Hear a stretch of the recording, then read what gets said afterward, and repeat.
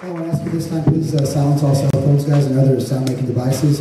Band Division of TMEA's, please present session number CPE 14205. The title of this session is Exciting Alternative Rehearsal Strategies for Jazz Ensembles at Any Level. Presenting this session, Freddie Mendoza and the Texas State University Jazz Ensemble. Give it up one more time, please.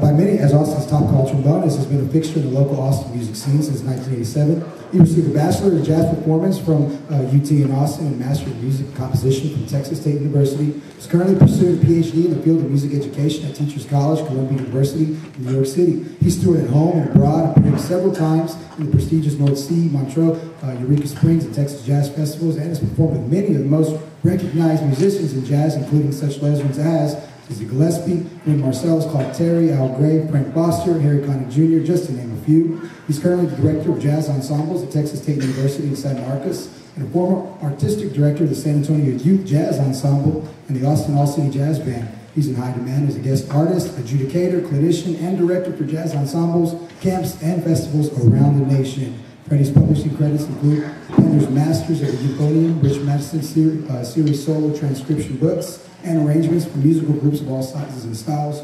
Freddie can be seen playing in a host of local bands in and around the state of Texas, including the Lucky Strikes, Monster Big Band, Los Jazz Vatos, Golden Arm Trio, and is artist clinician for Getson Custom Series Trombones. Folks, one more time, please.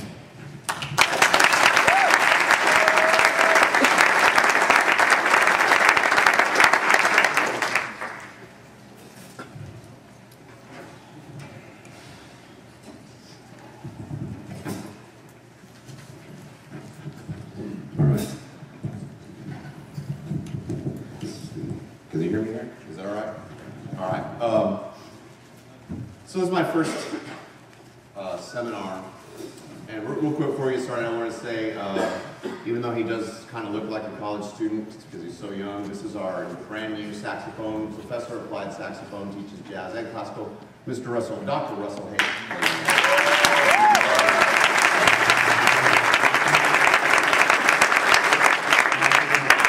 Tenor player actually is just finishing performing at one of the showcases at a sax quartet, and there was a scheduling conflict, and we're very fortunate to have Dr. Haight to come out here and help us out. So this was a great chance for us to kind of introduce you to him, because this is his first or second semester now. So I'm going to do some reading, and I apologize because I'm very nervous. It's my first presentation. I hope you'll forgive me. I hope I don't offend any of you today. I usually sit on a high band director type chair, and I'm usually a little more spread out than this, but because that projector is there, that's the line for us.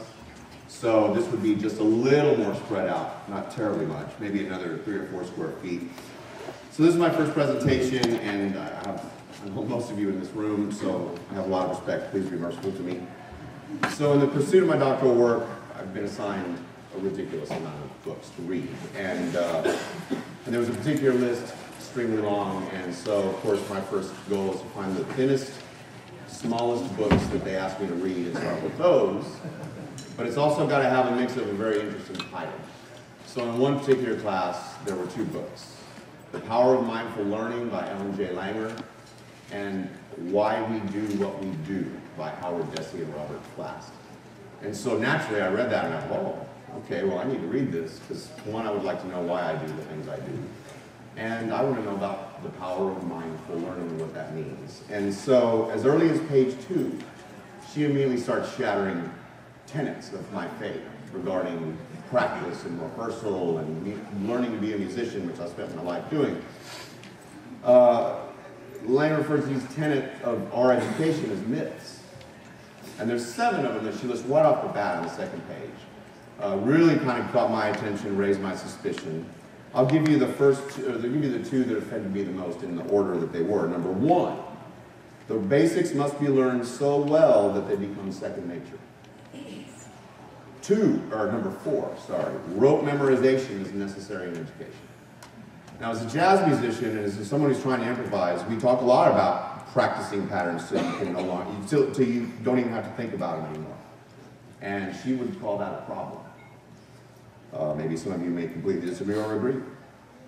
So how does this apply to my practice? Well, I believe the following to be true. Jazz by nature and performance practice itself by nature is improvisatory.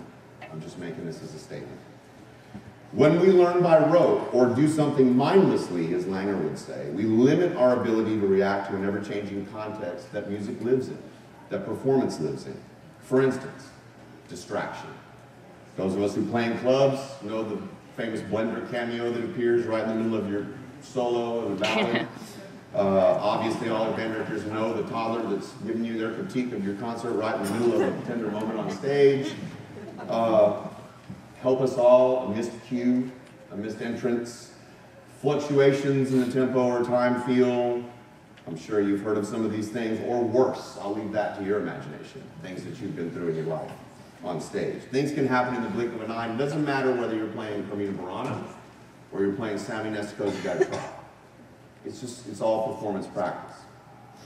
So you have to be able to adapt to the changing context, particularly if you're going to be a jazz musician improvisationalist. That's sort of contrary to the goals of rote learning, and like I said, Langer sort of calls this mindless repetition. So now that I've offended you with this, let's get to the meat of this presentation. I'll do my best to demonstrate 3 concepts that might change the way you rehearse, or I'm just crazy and you all have completely wasted your time this afternoon. 3 basic concepts. Change the performance context. That's the biggest one, the number 1. Discuss the context. Historical context, performance practice context, out-of-the-box descriptions. Put the responsibility of the learning on the students, not on you. She calls this sideways learning. As teachers, we stand up in a class and come right at you, straight from the front. Well, when I try to teach, my imagination is I'm coming at you sideways. You don't know you're learning. I'm coming at you from 11 o'clock, 2 o'clock, you know, what is that, 7 o'clock, 5 o'clock. So to change the context, everything is going to come out of this. And I think by changing the context, these techniques will allow you a little more rehearsal time to do some of the things that you don't often get a chance to do, especially in a jazz ensemble situation. Rhythms are really complex. Talk about the history. Talk about the nuance of the difference between performing Duke Ellington and performing Basie, or performing Duke Ellington and performing Stan Kenton, or John Fedshaw, or Michael Labine, or some of the newer composers. Change the student's perspective and perception of a given problem, flip the script. The children would say that. That's the big secret. My belief is the more perspectives by which you understand and experience a given picture, musical passage or piece, visual perspective, musical perspective, theoretical, rhythmical, contextual, kinesthetic, experiential, the better you'll understand and be able to perform that piece of music. So ladies and gentlemen, my peril, and the peril of these young gentlemen, I'm offering you a snapshot of my typical rehearsal, utilizing the 3 basic concepts. It will be with the help and participation of my students. It is not scripted, so I hope they don't hang me out to dry. I do keep their grade book, so it's early in the semester. As a warning to you all, I work with young adults. Could get brutal. I'll do my best to avoid any profanity or violence. Bear with me. This is going to be like a typical rehearsal for us. I'm sure you can relate to that. The presentation is in 2 parts and will go like this. First, I will rehearse. Hopefully you will watch. Pay close attention. In what ways do I change the context? Maybe think about, why am I doing this? Why am I changing the context? How can this be applied to your own practice and your students' individual practice? During the rehearsal, I'm going to be asking them questions just like I would in a normal rehearsal. They're going to be talking about the music and whatnot, so hopefully they'll speak up.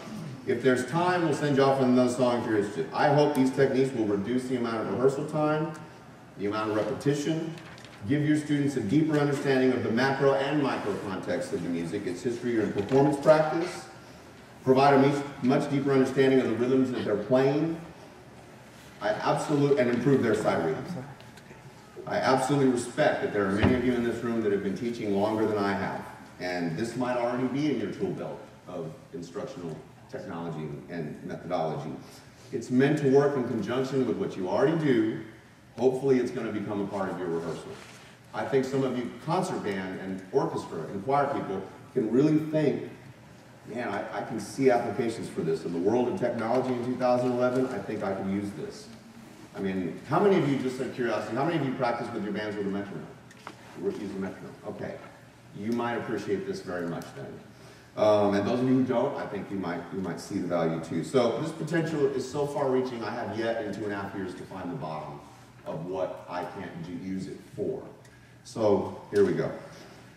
We looked at a couple of tunes, but the original intent was I was going to go downstairs and I was going to pull out a tune that these guys have never seen and make them sight read it in front of you. Something hard. And so I thought, man, that's crazy. So I'm just going to go find some charts. No, we're going to do that. So I went downstairs and I got this guy, Pete McGinnis, who I'm not really familiar with. I think he's more of a new arranger. And he wrote a tune called Nasty Blues. Says it's a very challenging tune. We'll see. We're going to read some of it. And then I'm going to rehearse. And I'm going to do the things that I do. And hopefully you'll pick up on them and be able to see how it goes. So first we're going to start by reading. I probably won't have them read the whole thing. But we'll see what they got. So please forgive them and me.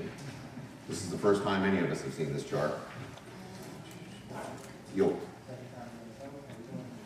Right now, let's do second ending. Let's go on. Let's just see if we get to the solo section. Oh, I see. Okay, gotcha. Yeah, this beginning is not too terribly difficult. I might stop you at the solo section, then we'll start at 42. That's where this starts to heat up a little bit. All right, here we go. 220. 28. No, when we get to 28, I'm probably going to... In fact, let's think last time at 28, second time going on. Second time at 28. Have I got that? Well, until I stop. Here we go. Right. 1, 2, 1, 2, 3, 4.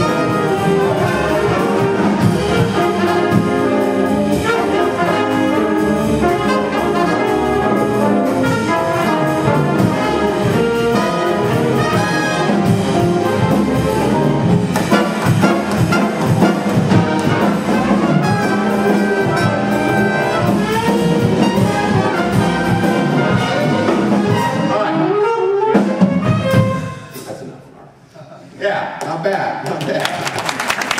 Very good.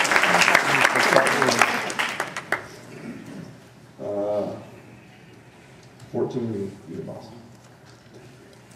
14, here we go. 1, 2, 1, 2, 3,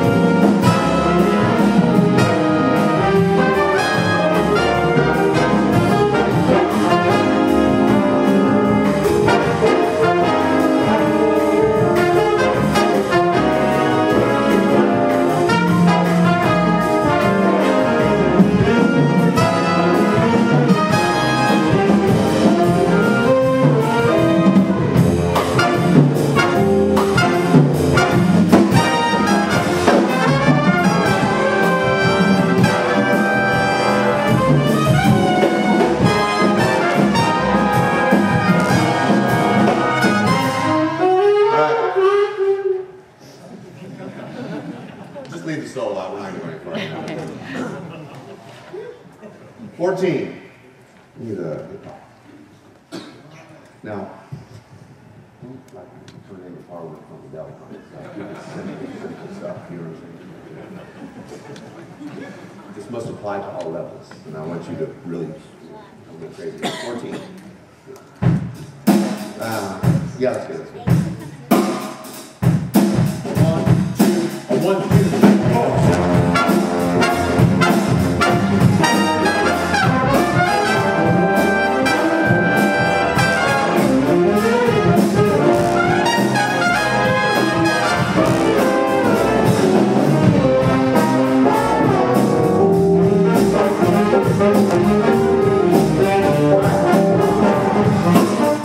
28. Same groove, this tempo. 1, 2, 28. 1, 2, 3, 4.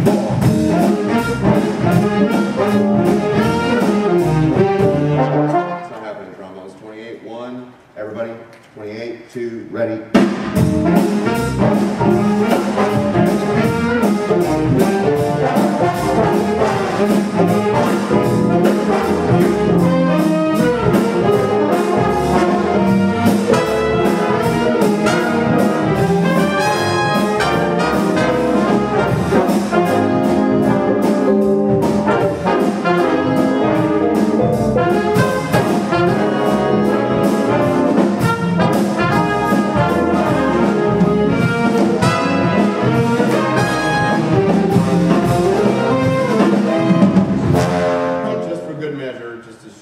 Do me a straight rock. This is half. 1, 2, 3, 4.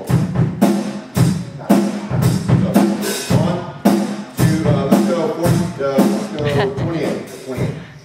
2, 1, 2, 3,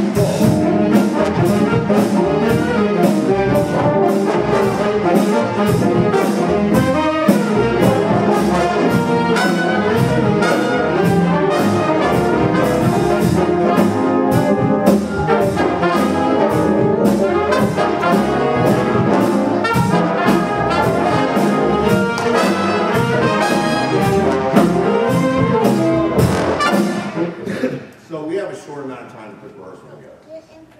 I just repeated that 3 or 4 times. Really with this band, and I recognize, this, you have to gauge this for your own level of group. But we're not going to have to go through this chart much more before we're ready to film. A couple more times. Let's do it as is up tempo now. Now let's start top. Here we go. 1, 2, 1, 2, 1, 2, 3, 4.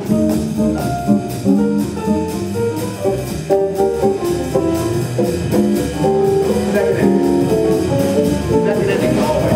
1, 2,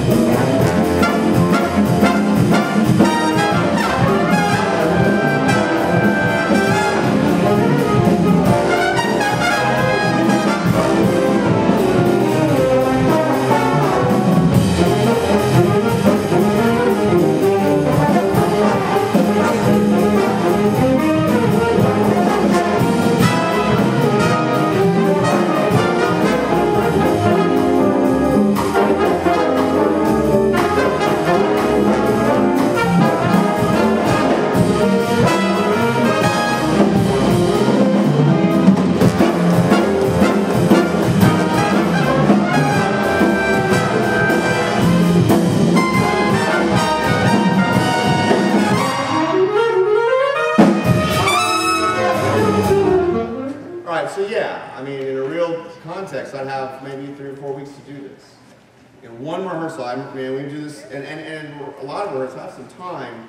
We'll just run it as a bossa a couple times, put it away. I mean, in a sense, I'm practicing. I'm helping them practice it. First of all, they're straightening out the rhythms. So let me ask. So I go from a fast swing to a bossa that's really the same quarter note. So I haven't changed the feel in turn. I've changed the feel, but I haven't changed the beat. It's still in 1, 2, 3, 4, 1, 2, 3, 4. What's the value of changing up the groove? Straightens out the 8 notes, it's going to be a faster swing. Say that again? Straightens out the 8 notes, it's going to be a faster swing. The 8 notes at that tempo will probably be a little straighter. Why is that? Why don't we swing da da da da da da da da da da at a tempo that's a well, first of all, what do we call that style? What style is that? Well, okay, not the style that we don't want. What is this style? So you got to say it loud. It's bebop. Okay, so bebop performance practice is different than swing music performance practice, right? And we have to straighten the notes out, right? Why again? So it moves easier. Okay.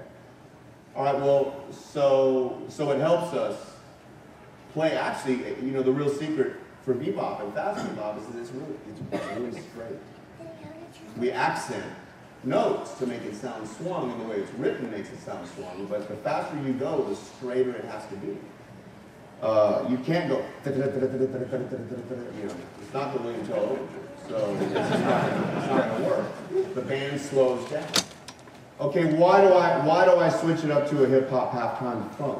What is the value of a hip-hop halftime funk group, or any swinging funk group? You know, there's straight funk, there's swung funk in halftime. But when you learn to feel it too. Okay, and so what is that? What's the benefit of feeling a fast tempo in two? It helps you stay kind of Okay. It sounds French.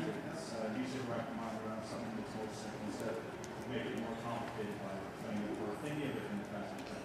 Right. I mean, I would say, man, I get tired watching the feet go. I mean, it's like that wears me out. How can you keep counting? 1, 2, 3, 4, 1, 2, 3, 4, 1, 1, 1, and 1, 1, and 1, 1, and 1. And so if the tempo is 1, 2, 3, 4, 1, 2, 3, 4, boom, gat, gat, gat, gat, half time. So already they're thinking, man, this is. And so explain to me about, okay, what happens to the figures as you're looking at them when we go from a 1, 2, 3, 4, 1, 2, 3, 4 to a 1, 2, 3. So what happens to your perception in that situation? Well, they feel like they're easier. Say it loud. They feel like they're easier. Why is that? I mean, it's just, I guess because you're more relaxed. Because, okay, like counting really fast is exhausting physically. And when you count really fast, like my biggest problem would be that if you get slightly off, you're done. You're done. And it's like, and so counting like 1, 2, instead of 1, 2, 3, really fast. Let me ask you this. So thinking in halftime or even a quarter time helps the band stay together? Something starts to come a little awry, and you're thinking in half or quarter time, it's a lot easier to find where we are than it is to be thinking 1, 2, 3, 4, 1, 2, we'll go where I don't know where I am now. I'm in the middle of somewhere and a bunch of beats. When you're performing the piece up to tempo in the normal feel, would you say that the sort of, I always imagine it from my own practice that I kind of feel like I still kind of hear it in the background, the halftime thing going on. Like, you know what I mean? Like my whole perception of it changes. Not to mention, let's talk about some of the different value of doing this. In terms of just the flow of rehearsal and I mean, I don't know without saying it, but, you know, is this motivating? Is it interesting? Is it exciting? What is your deal with that? Let's go to somebody who hasn't said anything yet. Anybody want to talk? Yes. Well, like for me, for the rhythm section aspect, I mean, we've repeated that section what we did maybe 4, 5, 6 times. Every time we were doing a different groove, so it keeps us motivated and interested in playing the chart rather than playing a swing over and over and over again. And especially for like younger students, that might get boring to them. They might lose interest and concentration on the piece, but when you switch up the styles and stuff like that, it keeps them more entertained with what they're doing about their band rehearsals. I really believe that this will work on increasing the intrinsic motivation of your students to even want to be in rehearsal and sit there and do it. Because, I mean, we might take a tune, and I'm always surprised at how amazing a particular tune that's this fast swing tune, even an iconic tune, sounds when we put it to a funk group. And it sounds great. And so, I mean, just from a younger child's perspective, I mean, let's be honest. They learned hip-hop and funk and rock grooves, and country grooves, long before they learned how to swing or learn swing grooves. And so, right off the bat, these styles resonate with the young crowd. So if you can start to draw parallels between their music and this music, it's my belief that their intrinsic motivation goes up. And I think everybody in this room knows what happens when intrinsic motivation in a student is high. Most of the time, I just stand out of the way. Go for it, man. Here's some stuff. Go listen to this. Go do this. In the world of YouTube and everything is free and instant at your fingertips, I mean, I don't do this yet. I see it coming where I have a laptop right next to me and a projector, and hey, let's stop for a second. What is this tune? Basie, let's look at this, see if we can find a video or plan this stuff out. Let's talk about performance practice. I don't know anything about peeping in this. Talk to me about this tune. What do we know about it? We already said bebop. What else? Blues form. What else? Yes? Thick harmonies written in it. Okay. Thick harmonies. What does that mean? So you got to say it loud, man. Inner voices need to play softer. Why do inner voices need to play softer in a thick texture? The melodies can come out. What kind of bands are we talking about when we speak of thick textures and very dense writing? Anybody? Thad Jones, John Fedchop, East Coast, definitely East Coast. All right, let's just I don't know anything about this guy. I'm not looking at his bio, but let's just say East Coast. Talk to me about East Coast performance practice versus Basie, Nestico, that's East Coast too. Let's say West Coast, or hey, what do you mean by East Coast? Let's say it. A smaller playing environments. You're playing small clubs in New York where you have a ton of people in a very tight space. Like you this. You can't blow their ears off. You have to think of playing with the section, playing down, not sticking out. So seconds and thirds need to back off. As opposed to say a Nestico chart or a Basie chart, what's up with that? What's the difference? Right, you know, I mean, when you're a dance band, a big band, and from that era or that style, and you're playing in a giant room versus the Village Vanguard, which is not even half the size of this room at all. It's tiny, tiny, tiny place. So it needs to inform your practice. And this is what second and third, discuss the concept. Make them tell you about the music. And if they don't know, I mean, when you start out with this, they don't know much. They're not going to know much. So you're going to have to help them. But what I'll tell my guys is Google it. Like, you right now, get it on your phone and get me this answer. What is the answer? You tell. And then, I'm not going to tell you the answer. I know the answer. They're going to tell each other the answers. And now they're taking ownership of it. And even to the point of, you know, tribute to Art Fern. Who's Art Fern? Well, I'm old enough to know who Art Fern is. There's people in this room old enough to know who Art Fern is, although, you know, he really didn't exist. He's just a character of Johnny Carson's. But they didn't know that. All right, well, next rehearsal, when we come in, you are going to talk to us about who Art Fern is and why I think you need to know that, why it's important. And you know, you've got your go-to guys and girls that you have in your ensemble that you call on because you know that they've got, and then try to spread it around, and it takes a little while, you know. They get a little uncomfortable initially, but you help them with that, and eventually now, my guys, you know, they know the style. But this is it. I wouldn't do this much talking, but I would do exactly what I just did in any rehearsal on any day of the week. Stop, tell me about why, what we're doing. Let's take a look at Low and Inside. We'll read a little bit more. And I'll show you just a couple more things. We're just going to do a couple of things. And I think if you take this, you think about it, you work with it a little bit in your own context, I think you're going to open a door that, at least for the foreseeable future, will be into a giant room where you can go and start using different little aspects or any part of this that you want. So let's see Low and Inside. This is a chart I pulled from our library. We're reading it. I'm not reading it, I know the chart, but they know. So 4 measures of drums up front, and then we start at the top of the chart. So give me 4 measures of drums. Swung. A 1, 2, a 1, 2, 3, 4.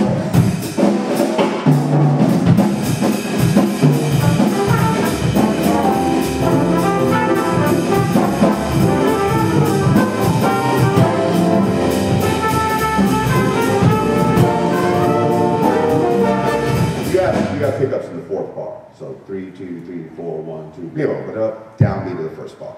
1, 2, drums, and. 1, 2,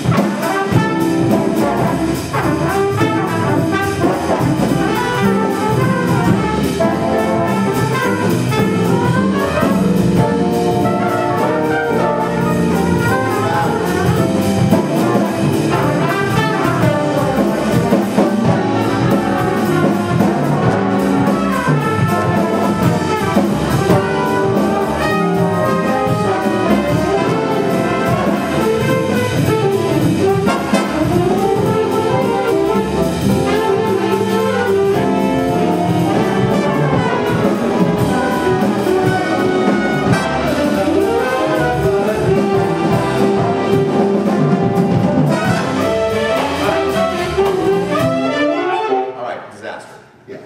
Let's try that again. Here we go.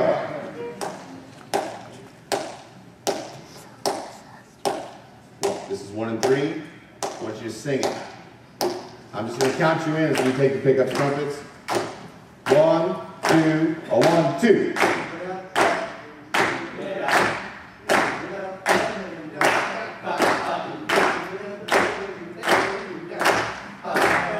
Loud.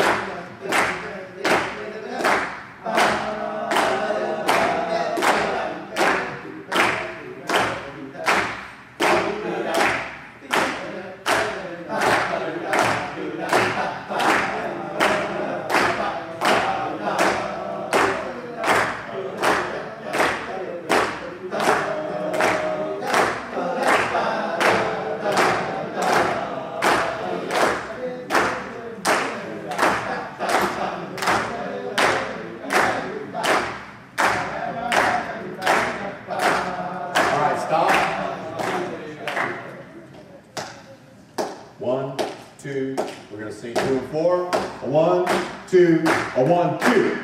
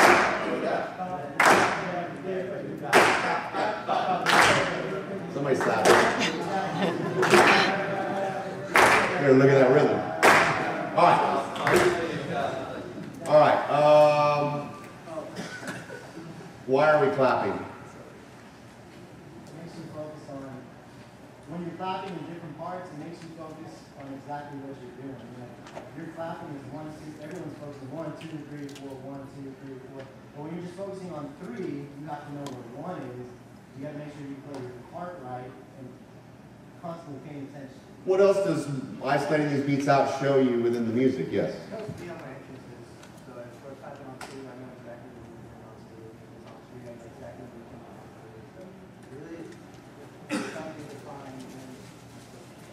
Yes. Loud. Yeah. So it helps with the rhythm, obviously. And I know clapping is nothing new. You've seen this before. Change the context up on it. Why else, brass players, would I want to stop a rehearsal and do some clapping? Right.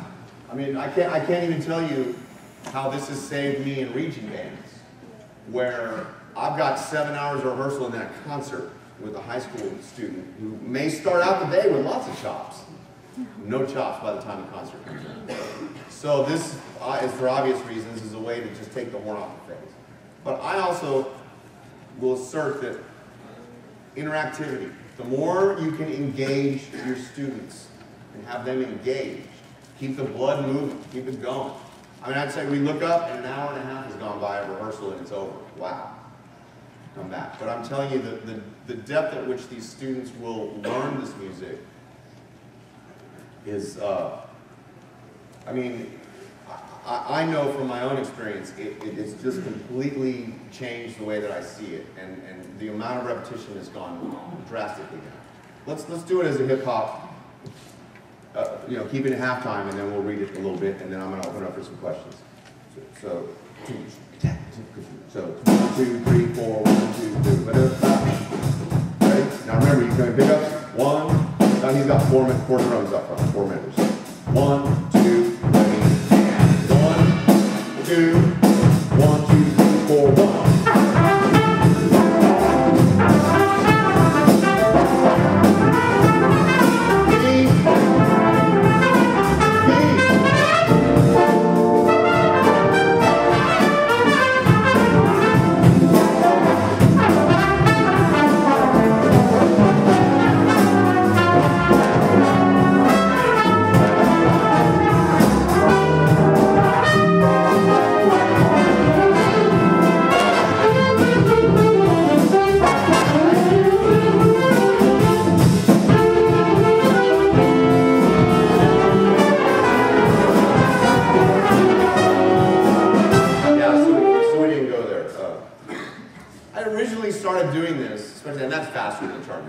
So we could have slowed it down. I'm trying to get through this in a hurry so you get the picture. But like we covered several years ago, we tried it by the end of the year, we're playing a tune 320, 340, 360, 1, 2, D4, 1, 2, D4, 1, 2, D4, 1, 2, D4, 1, 2. We try to do that at least by the end of every year, and we've managed to do it. So Tico. And I thought, man, I see these kids, it's never going to happen. It's never going to happen at that tempo. You've got to, so forever, so you've got to stop thinking in 4. Dizzy Gillespie told me, the faster it goes, the slower you think and count. The slower it goes, the faster you think and count. Everything I've done in this room, you can reverse for a slow tempo. I had a third band when I was directing, and we were trying to play Moonlight Serenade, and they could not play that tune. It was so slow. It was really hard for them. Slow bolero groove. And after a couple of times through, take the bolero away, replace it with the swing, and man, they are laying back like a pro band. I mean, and I understand that you take this and use it for your own context. I'm very blessed and fortunate to have this context to work with. I understand that. And I understand that these guys, they're going to pick stuff up in a hurry just because they're good musicians. But it relates because we play grade 7 music. I mean, we play music that is too hard for them to play when we open it on stand. And then we work into it. But it's allowed me to increase the difficulty level. Now, before I open it up to questions, how does this affect your own playing? Talk to me about what this does for you in rehearsal, outside of rehearsal, very briefly, and then I'll open the questions. Yes? Jazz is a relatively new thing to me, but what I really like about it. Why don't you stand up and say it loud, and then we're going to open questions. Jazz is a very new thing for me, and whenever we open up to playing different grooves, we're also double testing. Because we're not just learning to play a swing tune, I'm learning to play the same tune as a bossa, as a funk tune, so we're practicing simultaneous forms of music, and we're making more out of just this one tune. I mean, Moonlight Serenade, who could have thought that could have been a Cuban tune or a funk tune of any kind, but changing the context, absolutely, it's definitely helped me, and yeah, especially at Cycling, learning to interpret the same music different ways. Anybody else? Just for me, especially with, I'm not a horn player, talking about the rhythm, the halftime, but as a drummer or rhythm player, the halftime just helps me to relax mentally and see bigger pictures of the rhythm. Thank you. Like, That's good. Instead of a 4-bar rhythmic thing, and looking at it beat by beat, missing things, it helps you to relax and see the bigger context of how it fits, where it's going to. So I guess phrases, rhythmic phrases, and where they're leading to, that helps me a lot. Anybody use this in your own practice, individual practice performance, you know, just working on music, licks? So I would generally say that when I do this in my own practice, different techniques, like just stopping on 3 or 4, or 1 and 3, just whatever. It makes practicing the same thing over and over more focused, so I retain it better. That's just a good practice technique for any musician. Yeah, all right. Well said, Juan. All right. Anybody else got anything to add to this? Okay. Okay. Any questions? Any comments? Anything you'd like to say? And when you ask questions, I can answer them. Anyone in here can answer them. Because again, a big part of this is I'm not the transmitter of information. I'm a repository of information, to be sure. But I'm not the transmitter, and they're not the receivers. It's just an open Wi-Fi, and we're all talking about it. It's not much talking. We're all talking about it. Yes, ma'am. All right, obviously, you're in the context of a college band and everything. Yes. But with limited rehearsal time, this is awesome. I'm just wondering if you have any thoughts on how to add visualization with that as well. This is great for an ensemble thing. If you just leave them to their own devices, but then the improvise with it. You know, we offer a jazz degree. And so I am very fortunate that I do not have to address improvisation in this class. In fact, with these guys, I don't even run through solo sections. We get to a solo section, it's done, we move on to the next thing. I'm about efficiency to try to get through this. If I need to, now in the past when I've worked with younger bands, I'll say, let's get some time outside of class, come to my office, or come, let's get together and we'll start working it that way. But, and I don't mean to put your question aside because to me that's a whole other thing. Now, these techniques and changing up the perception can absolutely help you practicing things like licks and 2/5 licks and just individual repetitive practice. Anytime there's a metronome involved or repetitive practice, what I'm saying in a nutshell, put the metronome down and why not play to a funk groove instead of a clap, clap, clap, clap. Because at that time, now you're learning feel. You're not just learning time and counting. And again, as you're looking at music and hearing all this stimuli on different beats and different feels, it's changing the angle at which you're looking at all these levels. And so the more perspectives you have, the better you know it. Now, it could work for improv too. I was going to try to go for 2 clinics this year, and I thought I'll probably give myself a heart attack. So I promise you next year, I have a whole other thing on improv too. I'm serious. If you think this is next level, if you don't, it's along these lines. But that would take up another hour easily. And so I promise you I'm going to offer a clinic if anybody's interested in improvisation next semester, and it's all levels. Because I have to deal with a situation where half of my class is never improvised, and the other half of the class are like these guys. That's a real challenge to keep them all interested and motivated. So I have all kinds of things to say about that, but just for the time's sake right now, let's keep it to the words if you don't mind. Sorry. But that's a great question. Yes, sir. I wanted to say something. Quickly. Okay. Well, just as a learning improviser, I mean, the harmonies and all that is great, but, you know, incorporating this in your practice for improvisation will help you with feel, so I just think it is helpful even in that sense. Yeah, definitely. Yes, sir. How often do you rehearse in this formation? Always. So when do you set up for performance? About, what is it, about 2? Like a week. Maybe the week of the concert, maybe 2 rehearsals before, we'll set up in normal setting. I'm going to let the guy who really doesn't agree with this setup tell you why I think this is an important setup. Kyle, where are you? My star student. We're in disagreement about this particular style. Well, first tell them why you don't like it. Well, I don't like it because it's not how we perform, because we perform with the trumpets behind us, and I think it makes it easier for me to match the lead player's phrasing whenever he's right behind me, and I think the whole band can sort of hone in better whenever we're tighter, closer together. But it is good because it helps us, it saves our ears, because as musicians, that's a really important, it's a really important part, and we need to be careful of them. And also, any other reasons you can think of? That's a good one. Ears, it really is. It saves my ears too, believe me. and it makes us more able to communicate during rehearsal because we can see everyone. Any other adds about why I do the box? Any things you want to add to that? Real quick.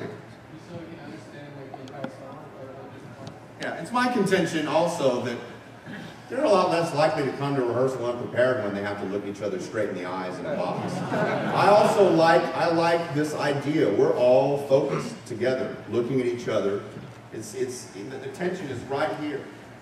I contend that he can hear the trumpets easier and better, but I'm letting you know. And again, this is changing the context. Absolutely. Somebody, yes, sir. Yeah. Yes. Well, if we switch the band back for performance, they wouldn't have to move. Okay. So this is lead, second, third, fourth. Yeah, traditional setup. Try not to ask the trumpets to do too much. So stay right there. I won't even say anything about saxophones. My question, I do middle school. Yes, sir. Jazz band, and I could see getting my drummer to do the different things. Yeah. But my little kids, they read those notes. The bass player reads notes. How much change are you guys doing piano, bass, guitar to adapt to those students? It's a good question.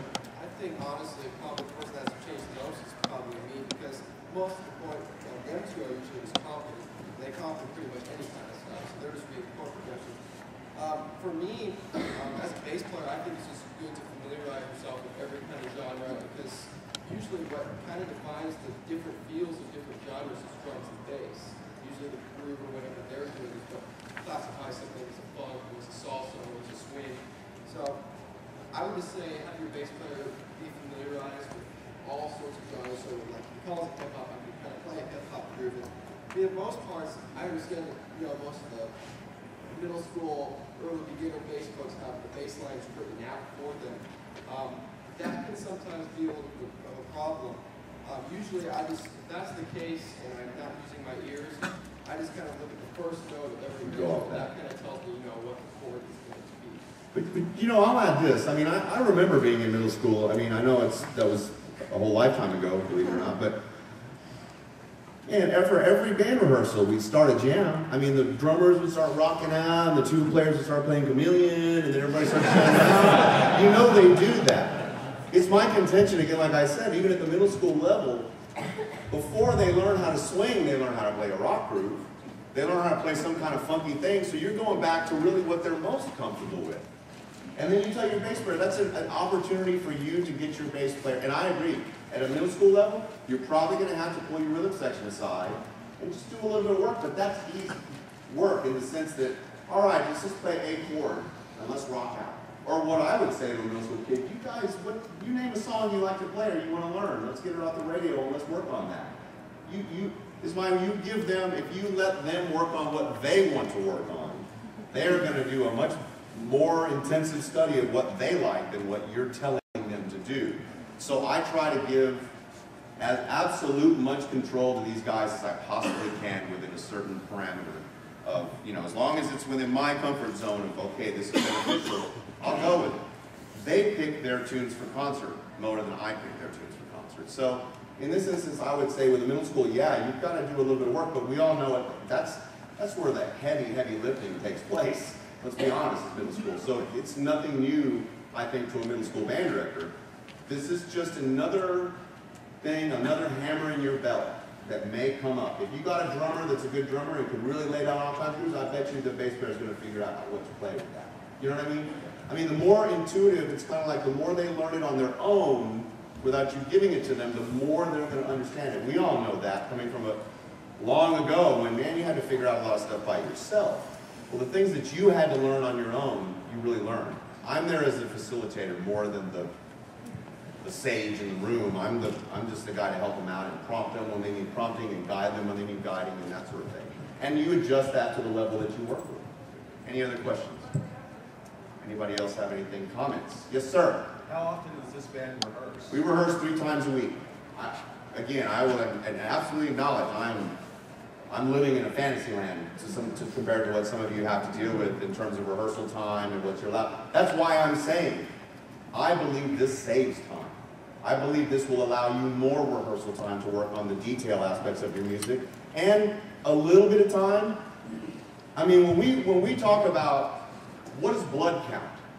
Blood count. What's the last tune? One of the last tunes Billy Strayhorn wrote when he was dying of cancer in the hospital. Why do the trombones have this big thing throughout the entire piece? When we figured out that that's the dripping of the IV from his chemotherapy, this band played blood count in a completely different way than before they knew the context of the tune. Before it's just blood count, whatever, it's another chart. No. Let's talk about what the title means to the performance of the chart. Let's talk about who wrote the chart. What was going on in their life? Let's get into this. And if you have that, once they understand that, all of a sudden this music takes on a completely different personality. And they become, oh yeah, maybe I'm going to get on YouTube tonight and look up Billy Strayhorn. Man, if you've done that with a kid, you know where that leads. You know how beneficial that is. And if they take to it, then again, your job is go for it. Just take it as far as you want. I'll be there to help you and suggest whatever you need. So, I mean, context, change the context, discuss the context, make them tell you about the context, make them go find the answers. I know this is, a lot of you, man, this is a lot of stuff easier said than done. It's just something that's meant to put out there for you. Throw it away or use it as you like. But I can't tell you, I guess we're getting down to the end of it here. Who's got the time? All right, I'll just say this. I can't even begin to express in words how much it means to see this many people here. I swear to you, I thought there wasn't going to be anybody here. And that means a lot. And I know it means a lot to the band. And I just want to thank you all for coming out. I can easily be reached online at Texas State University. Just look me up, Freddie Mendoza. I'll be happy to talk to you. I didn't put up any handouts because I thought, well, how am I going to put this in one-page handouts? It's not going to work. But I am working on developing article for further publication, as well as sort of a guide sheet with some suggestions and hints on different rehearsal situations. It's going to take me a little bit of time, but I thank you all for your time. It means a lot to us. Thank you very much, and have a great day.